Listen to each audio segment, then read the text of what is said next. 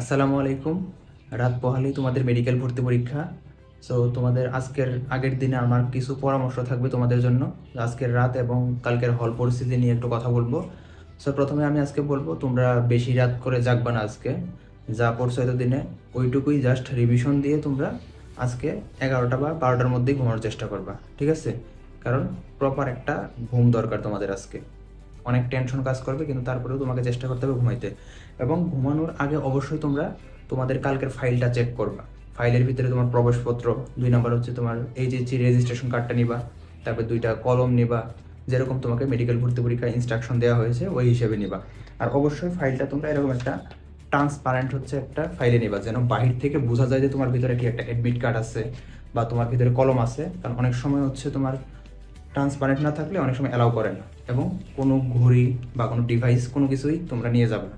Just তুমি যাবা আর একটা ফাইলের ভিতরে তোমার যাবতীয় যে ডকুমেন্টগুলো আছে সেই জিনিসগুলো নিবে, এবং ট্রান্সপারেন্ট থাকবে যেন বাহির থেকে আমরা বুঝতে পারি যে ভিতরে তোমার কি প্রবেশপত্র আছে, অ্যাডমিট কার্ড আছে, তোমার হচ্ছে রেজিস্ট্রেশন কার্ড আছে।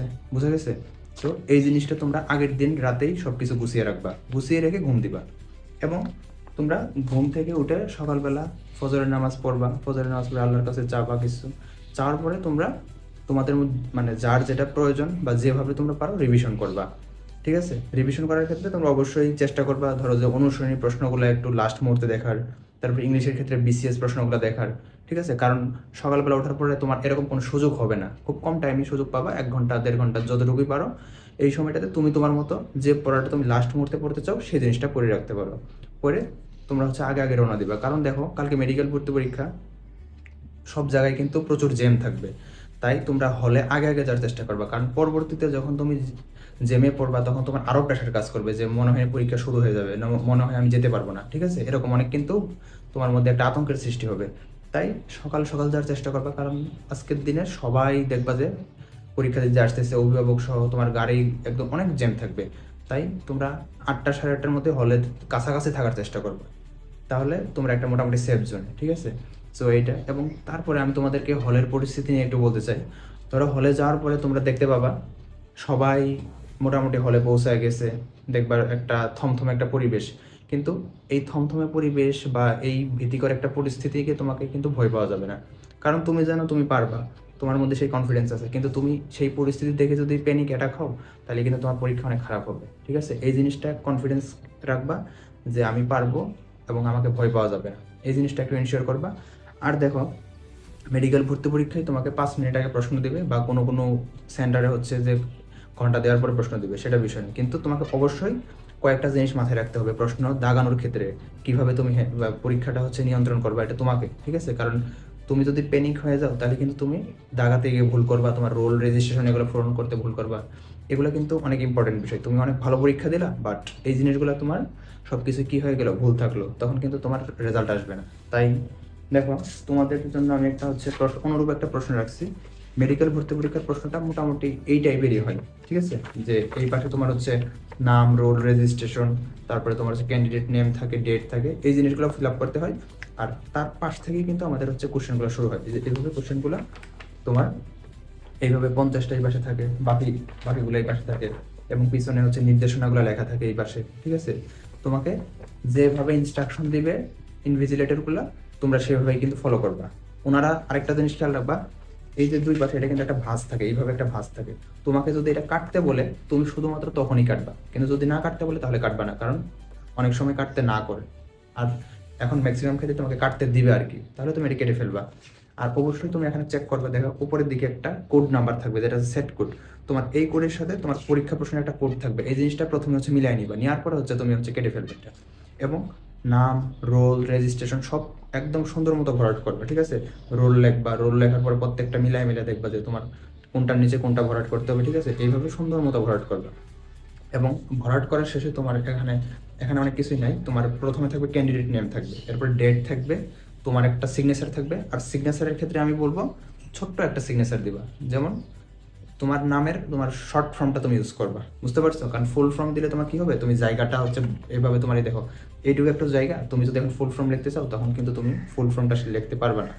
এরপরে তোমাকে কোশ্চেনের দেওয়ার পরে তোমার কাজ হবে, তোমার প্রথমেই 1 থেকে 100 পর্যন্ত কোশ্চেনটা হচ্ছে দেখে নাও যে আমার কোশ্চেনের হচ্ছে কোথাও কি কোনো সমস্যা আছে কিনা, বা আমার কোশ্চেনের কোথাও কোনো প্রিন্টিং মিস্টেক আছে কিনা, এই জিনিসটা ইনশিওর করবে। কারণ তুমি পরীক্ষা দিতে দিতে অর্ধেক তোমার দেওয়া শেষ, বাট এই পেজ উল্টায় দেখলে তোমার কি পুরো সাদা, তখন কিন্তু তোমাকে প্রশ্ন দিবে না বা অনেক সময় দেয় না।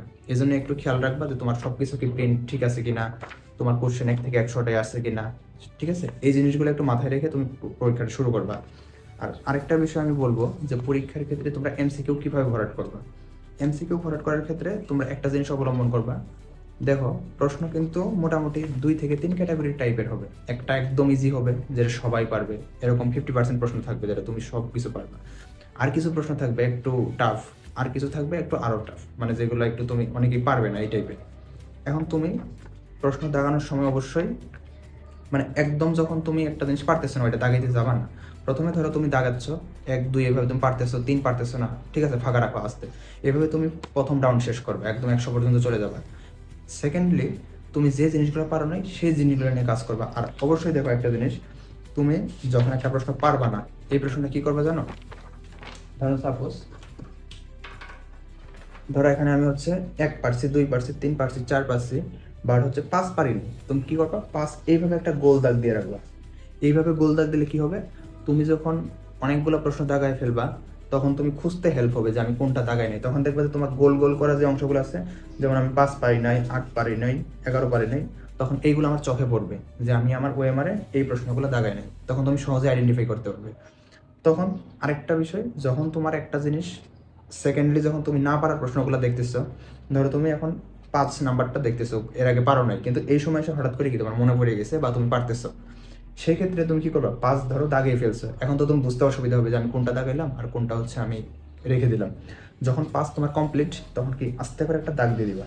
তার মানে এই দাগ দেওয়ার মধ্যে কি বোঝাচ্ছি আমি? তার মানে তোমার এটা আগে তুমি পারো নাই, বাট এখন পারছো, তার মানে এটা তোমার হচ্ছে কমপ্লিট হয়ে গেছে। আবার এইভাবে যখন 8 পারবা, 8টাও এইভাবে হচ্ছে কি একটা ক্রস দিবা, তোমার 11 পারলে এইভাবে একটা ক্রস দিবা। এইভাবে তুমি সহজেই যেন তোমার ভুল না হয় ওএমআর দাগাতে গিয়ে, ঠিক আছে? আর যেগুলো তুমি একদমই কোনো দিন দেখো নাই, একদমই তোমার পারার সম্ভাবনা নাই, সেই জিনিসগুলো দাগাইতে যাবে না। কারণ শুধু শুধু নেগেটিভ মার্ক খায় কিন্তু তোমার মার্কসটা কমানোর দরকার নেই। কারণ মেডিকেল পরীক্ষাতে একটা মার্কসও কিন্তু অনেক বেশি ইম্পর্টেন্ট। তাই বলবো খুব সতর্কতার সাথে এবং সর্বোচ্চ সংখ্যক দাগানোর চেষ্টা করবে। তো অবশ্যই যেন তুমি ইনশিওর করো যে আমার অ্যাটলিস্ট 80 70+ যেন হয়, যেন এমন মার্কস ক্যারি করবা যেন হচ্ছে মেডিকেলে চান্স হয়, ঠিক আছে? এইটুকু হচ্ছে ইনশিওর করবা। আর অবশ্যই যে প্রত্যেকটা প্রশ্নে খুব সুন্দরভাবে পড়বা। যে একটা প্রশ্নের শেষে অনেক সময় 9 দেওয়া থাকে, ওই সময় তোমরা বুঝতে পারো না, 9 দেখেই না দেখে হচ্ছে অ্যান্সারগুলো দিয়ে ফেলো। এরকম মানে খুব তাড়াহুড়ার সাথে তোমরা অ্যান্সার করবে না, অ্যান্সারগুলো খুবই সিম্পলভাবে অ্যান্সার করবা। মানে অত পেনই খাওয়া যাবে না। জাস্ট মনে করবা তুমি কি কোচিংয়ের পরীক্ষা দিচ্ছ, বাসায় পরীক্ষা দিচ্ছ, এইভাবে পরীক্ষাটা দিবা। তুমি যদি এটাকে যদি একটু বেশি ওভার থিঙ্কিং করো, তাহলে দেখবা যে পরীক্ষা কিন্তু খারাপ হবে, তখন তোমার ভুল হওয়ার সম্ভাবনা বেশি থাকবে। আর অনেক কেয়ারফুলি প্রশ্নগুলো দাগাবা। অনেক সময় কি হয় জানো, যে তুমি ধরো 5 নাম্বারটা পারো নাই, ওএমআরের ভিতরে তুমি এই 5 নাম্বারটা ফাঁকা রাখছো, কিন্তু 6 পারছো। এই 6 পারার পরে তুমি 6 নাম্বারটা 5-এ গিয়ে ফিল আপ করে দিছো। এর ফলে কি হবে, তুমি এরপরে যা দাগাবা এগুলো সব কিছু কিন্তু ভুল হয়ে যাবে। এই জিনিসটা মাথায় রাখবা। কারণ এইটা যদি তুমি ভুল করা একবার শুরু করো, তার মানে তুমি বুঝতেছো তুমি কিন্তু সেই জায়গাতেই তুমি শেষ, আর তোমার হচ্ছে কোপ আপ করার টাইম নেই। তার মানে বুঝতে পারতেছো এই ভুলটা কিন্তু অনেকেই অনেক বেশি করে মানুষ। আর এইটা করার ফলে কিন্তু তোমার চান্স তুমি সেখানেই মিস, আর তুমি কিন্তু একদম আফসোসে শেষ হয়ে যাবে। তাই এই জিনিসটা একদম ইনশিওর রাখবা যে আমি কোনটা ফাঁকা রাখতেছি। তাহলে ওই জিনিসটা কি বারবার তুমি চেক করবা যে আমি 5 ফাঁকা রাখছি, ঠিক আছে, 6 পারছি, তাহলে 6 থেকে শুরু করবো। 6টা কখনো কি 5-এ আমি দাগাবো না, কারণ এটা দাগানোর ফলে কি হবে, তার পরবর্তীগুলো ভুল হয়ে যাবে। তাই এই জিনিসগুলো একটু মাথায় রাখবা। আর অবশ্যই ভালোভাবে পরীক্ষাটা দিবা এবং শেষ পর্যন্ত তুমি যতগুলো পারবা সবগুলো অ্যান্সার করার ট্রাই করবা, ঠিক আছে? সর্বোচ্চ সংখ্যক দাগায় দিয়ে আসবা, ভালোভাবে ফুলফিল করবা সব কিছু, রেজিস্ট্রেশন সব কিছু মিলায়। কারণ একটা রেজাল্ট তোমার সব কিছুই নির্ভর করবে, শুধুমাত্র তুমি পারলা এটা নির্ভর করবে না, তুমি সব কিছু ঠিকঠাকভাবে পূরণ করছো কিনা, তোমার ওএমআর ঠিক আছে কিনা, ঠিক আছে? এই সব কিছু বিবেচনায় কিন্তু তোমার এই খাতাটা হচ্ছে মূল্যায়ন হবে। আশা করি তোমাদের সবার পরীক্ষায় ভালো হবে। আর আমি যে কথাগুলো বললাম এগুলো একটু মাথায় রাখো, কারণ লাস্ট দিন এই জিনিসগুলো একটু কেয়ারফুলি হচ্ছে হ্যান্ডেল করার ট্রাই করবে, ঠিক আছে? তোমাদের জন্য অনেক শুভকামনা। আশা করি তোমরা সবাই কালকে তোমাদের কাঙ্ক্ষিত গন্তব্যে পৌঁছাতে পারবে। আর অবশ্যই যদি তোমরা আমার ক্যাম্পাসে আসো অবশ্যই দেখা হবে, ঠিক আছে? সেই জন্য তোমাদের জন্য অনেক অনেক শুভকামনা। কালকের পরীক্ষা তোমাদের ভালো হোক, ঠিক আছে? সবার জন্য অনেক বেশি দোয়া। আল্লাহ হাফেজ।